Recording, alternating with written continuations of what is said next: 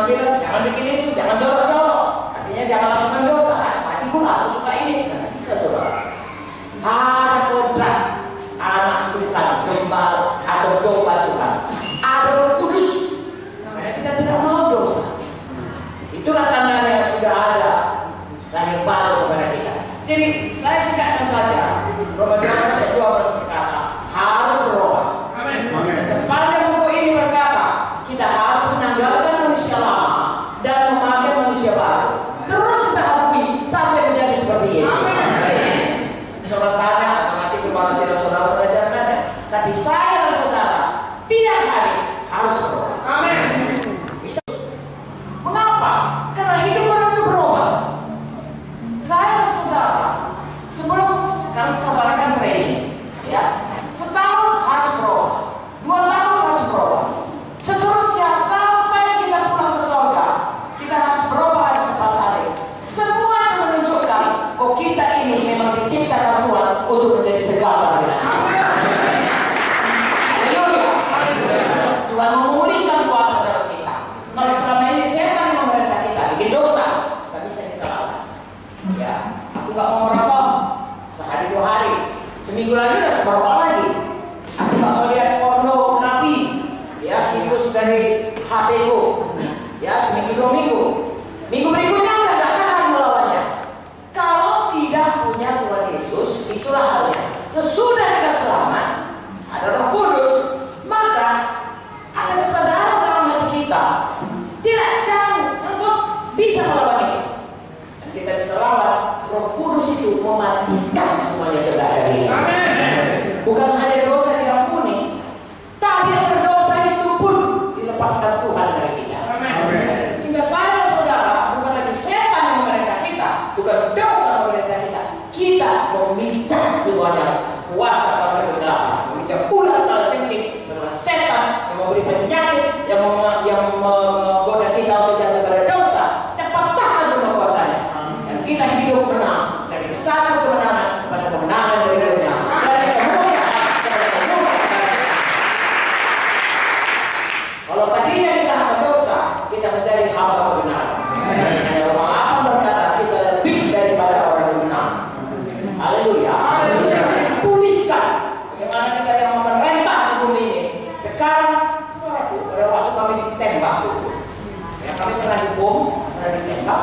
Jadi pada hari yang kami ditembak itu, ya, kami naik mobil, tiba-tiba mendengar bom. Kami pikir bom mana lagi meledak. Rupanya ditembaknya dari dinding mobil, pintu mobil itu kena kaleng supir. Langsung layu sekali jatuh, darah bersimbah. Kemudian penembak itu datang ke depan karena mobil terhenti. Pas waktu itu ada polisi tidur di situ lagi tembak. Kemudian mobil itu terhenti, ya, bak menjadi depan, saya belakangnya terus di samping. Saudaraku ditujukan yang pistol itu. Langsung saya berhenti. Dingin mukanya. Saya nampak saudara. Roh Kudus di dalam. Roh yang lebih besar dari rasa.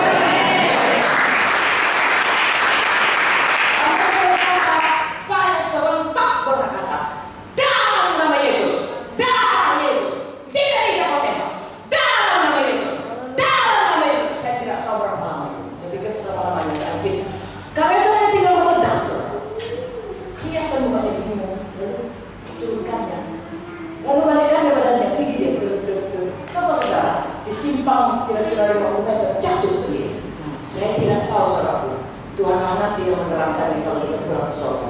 Entah malaikat sebesar apa. Kenapa itu? Karena Tuhan memulihkan kuasanya. Amin. Kuasa kepada kita, tanda orang percaya mengusir setan dalam nama Yesus. Dan setan itu harus turun kepada nama Yesus, nama yang atas segala nama, ya, di mana segala mulut bertelut, segala lidah mengaku bahwa Yesus itu Tuhan.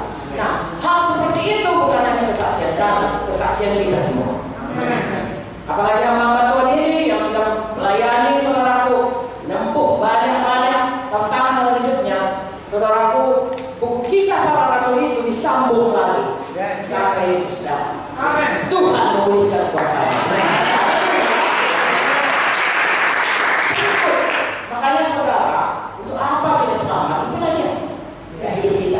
kembali seperti berubah menjadi seperti Yesus hari pasal kuasa di bumi ini. Semua itu untuk kemuliaan bagi nama Tuhan. Satu lagi Tuhan bilang, penuhi bumi. Saudaraku, kalau dulu pada waktu Eden, Tuhan bilang penuhi bumi untuk hidup kekal bagi keturunan kita. Sekarang ini, kalau kita mau memenuhi bumi baru, Yerusalem baru, haruslah itu keturunan kita yang percaya kepada Yesus.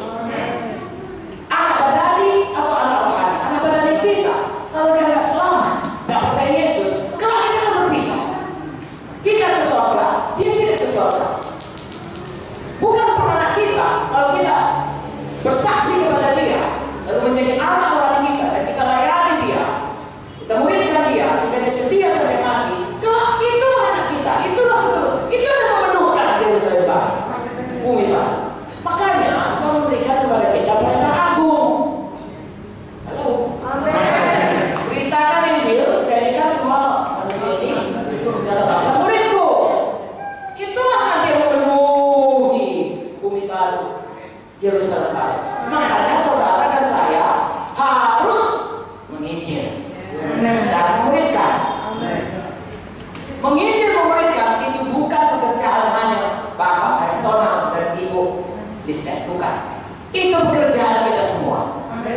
Di dalam Alkitab hari ini tidak sempat saya sampaikan, ya, tapi saudara percaya Efesus 4 ada pemimpin dalam sidang, ada namanya rasul, ada namanya nabi, ada namanya penginjil, ada namanya gembala, ada namanya guru. Itu office, yaitu kepemimpinan